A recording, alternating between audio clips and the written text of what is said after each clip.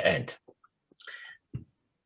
Let's move to the next speaker, Yanping Chen, who is also my Toastmaster classmate in 2019 Speechcraft.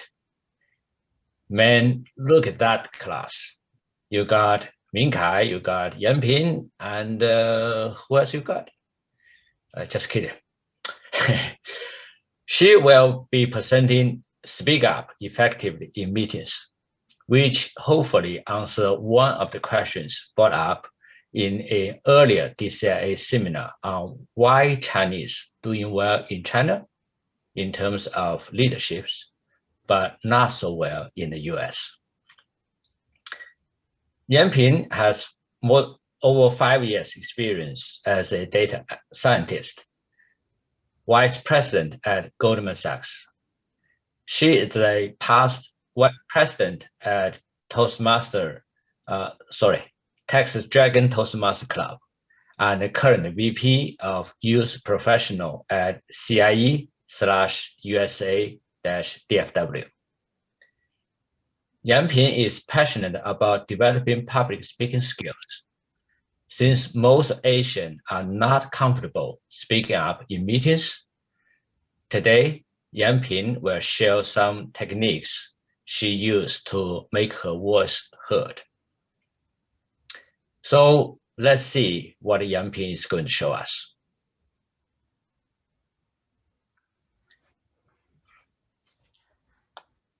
Thank you, Frank. Good afternoon, DCIA members, IT professionals, software developers, data scientists, data analysts. In my Speaking Up Effectively in Meetings workshop, I prepared 2 parts for you. The first part is I'm gonna invite you to a breakout room discussion. I prepared a question for you to discuss. The question is, how will 2020 pandemic change our lives in the future? Is this good or bad? I'd like you to use this 3 minutes breakout room discussion opportunity to practice speaking up in meetings. When you see an invitation on your screen, please join the breakout room. Once you finish the breakout room, please come back to the main room. I'm waiting here to share how I speak up effectively in meetings. Our meeting facilitator, Edward, is going to send the invitation to you right now. If you have the environment facility ready, please join the room. If you don't, you are very welcome to stay in the main room. We can, of course, to discuss this question in the main room. Meantime, our meeting facilitator, Edward, is going to broadcast the question again to you all, so it can help you to refresh your memory. I will see you all in 2 or 3 minutes.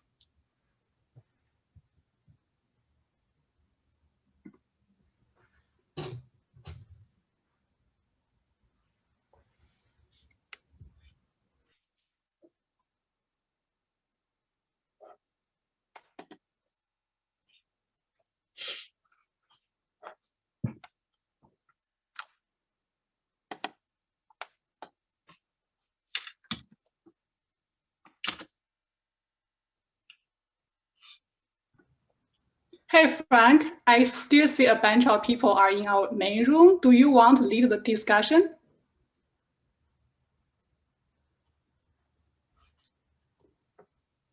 Sorry, I believe those people are not prepared to participate in the discussion. That's why they stayed in the main room. Sure. I think there's still some people in the main room. I see Jan and Tie, if you want to briefly chat about it. Sorry, I went to the break room and then I totally missed what you want us to do. That's why I come back to the break room, to the main room, and then you finished. So I totally didn't catch what you want us to do. Sure, let me repeat again. I encourage everyone to join the breakout room and to discuss about a question I mentioned to everyone. The question is, how will 2020 pandemic change our lives in the future? Is this good or bad? And Tie, you are very welcome to lead the discussion in our main room because I see a bunch of people in the main room too. How long is this scheduled? It's gonna to be 2 to 3 minutes. I'm actually timing it right now.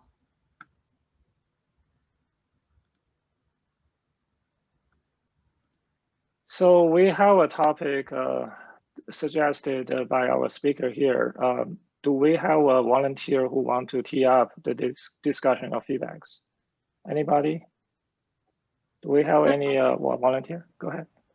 Hi, this is Shin. I think the 2020 pandemic, one thing could change is I think previously lots of people are against wearing masks.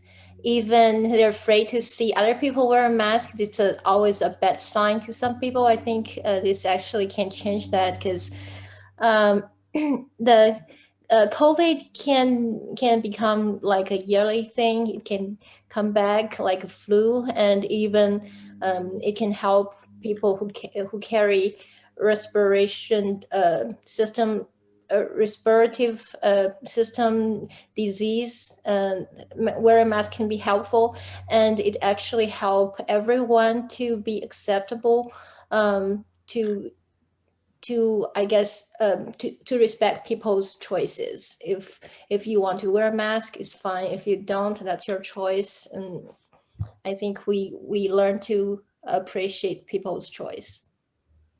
And to me, it's a good thing. All right, thanks for making the point of people will make behavior changes, and there's towards the good benefits for the society. Do we have any other people who want to speak up because the time is limited, please? Yeah. Meanwhile, Edward, could you help to cancel the breakout room and bring people back?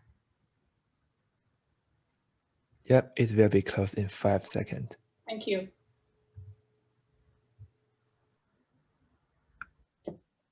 I was about to speak, but I guess that wouldn't be enough for me to do it in 5 seconds. So I shut up. Please go ahead and make use of the time. It's okay. Yeah, I think US learned a lesson, basically. Look at the Asian, the other countries that they used to pay no attention, and now they see, okay, those countries doing so much better than US, then there's something to be learned.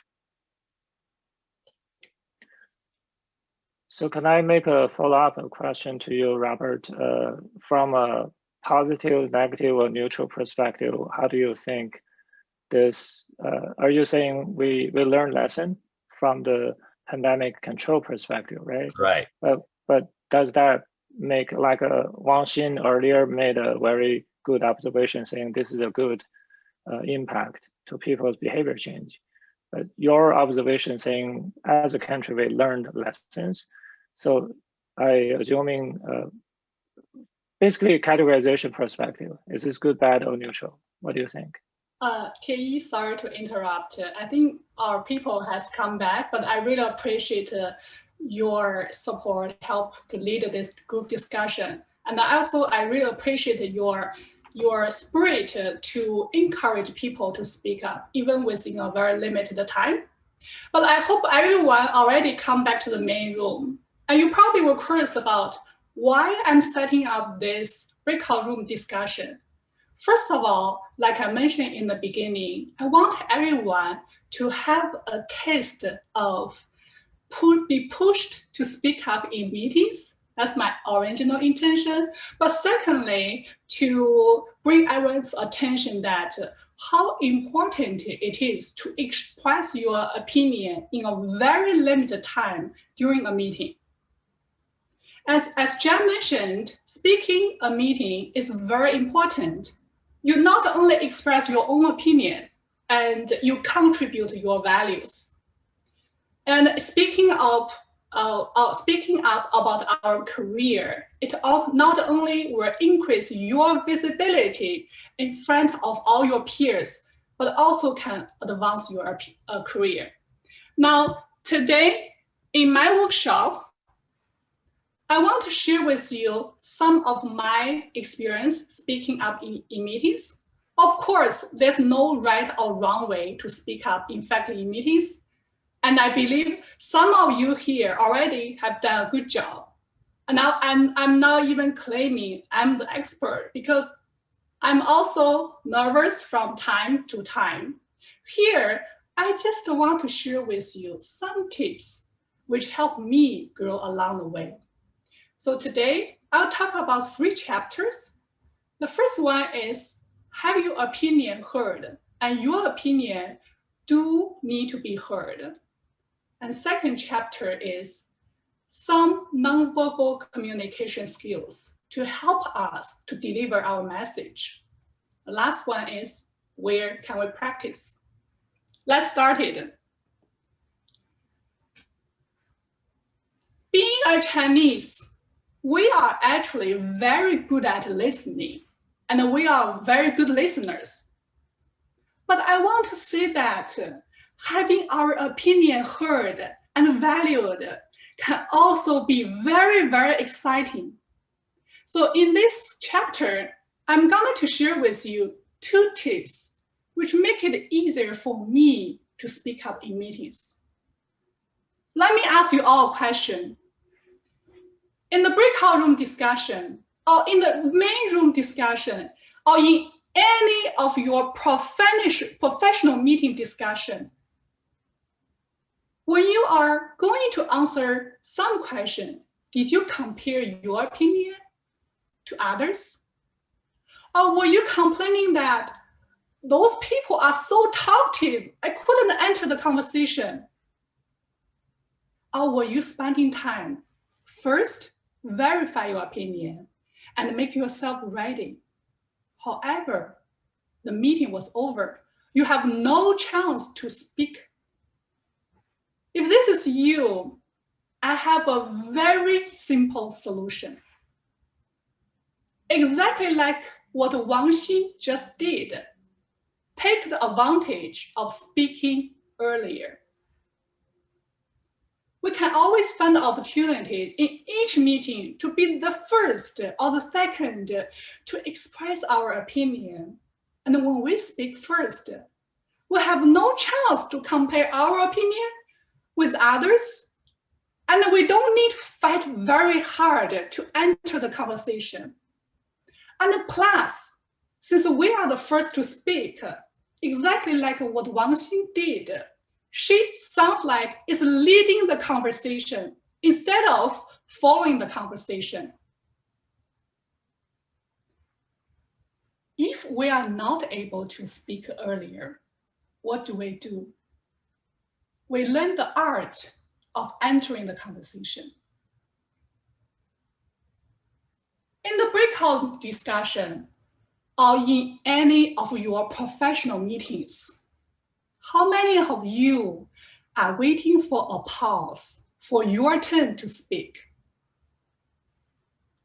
I believe quite a few. As a Chinese, we are humble, we are polite. It is, of course, very polite to join a conversation when our turn comes. And we use this every day in some one-on-one meeting or with a small group of peers. But in a business meeting with a lot of opinionated colleagues, this pause is very, very hard to find. Now, what should we do? You might have heard the followings a lot. Grace, if I heard you correctly, you are saying X, Y, Z. Here's what I think. Jen, I really like your idea. I'd like to add more onto it. You see, we respect people's opinion first, then express our opinion. This is just one example I want to provide here. There are numerous ways of entering in the conversation. I hope you guys can find the solutions more appropriate to yourself and then entering the conversation successfully. Once we speak up in meetings, we want to deliver it effectively. In this chapter, I like to mention 2 nonverbal communication skills. The first one is speaking confidently. Fake it until you make it. This is a sentence Shu Ming likes to use a lot when he is developing his public speaking skills. I like it too. No matter how nervous I am and what is my true feeling, I need to appear from my head to my toe confidently, and I need to speak confidently. If I start my speech with something like, "Hi everyone, I want to share with you some tips about speaking up in meetings. I don't know if they are good or not, but I'm just gonna share with you." If I sound like I don't trust myself, how do I expect you and you to listen to me? So I suggest you use a little bit louder vocal and higher pitch to project a very positive feeling to your audience and make them interested and trust you to listen. The second approach is slow down. I know we tend to speak faster when we are nervous until we are not able to catch our breath. Whew. The audience won't understand what I'm talking about because I'm nervous, I speak too fast. So I have to tell myself, slow down, slow down. One trick is to close your mouth and breathe normally when we speak. When we slow down, we calm down. When we calm down, we can speak in a very clear mind. As Jen mentioned, our body delivers a lot of message when we speak. In the breakout room discussion, and in any of professional meetings you attended in the past, what body language have you observed? Does someone cross their arm and lay back in the chair? Or someone just play with their phone and ignore everyone? Or someone just play with their hair, their earring, or their ring? Or does someone sit straight and lean forward, listen very carefully in the meetings? No matter these are good or bad, as a speaker, when we speak, we mimic the good gesture and say no to the negative ones. Let's recap what we have learned. We have learned 2 tips to have your voice heard and 2 tips to deliver it with effective nonverbal communication skills. But these skills won't belong to us until we practice hundreds of times and millions of times. Where can we practice? We can practice sharing our opinions with colleagues and friends. And Toastmaster, of course, is a good platform to practice impromptu speech. And there are a lot of very good nonprofit organizations, and we can volunteer to be a speaker, like I'm doing right now. I'm practice my public speaking skills in front of so many friends of you. And I have learned so much from this process. If someone invites you back to school to give a talk, or someone network with you on LinkedIn to invite you to give a speech, take the opportunity, practice your public speaking skills. Because when we do this, we get a chance to understand why I don't feel comfortable when I speak. As we do more, we can manage our nervousness better. Therefore, speaking up and speaking often, eventually, I believe everybody here can speaking up effectively in meetings. In the end, I like to end with a quote from Warren Buffett. Public speaking is an asset that will last you 50 or 60 years long. It's going to be a liability if you don't like doing it. Back to you, Frank. Thank you, Yanping. I'm sure we all have experienced that we spend either half hour or 2 hours in meetings, but nobody ever know we exist. Thank you for the tips to allow us to enter the meeting smoothly.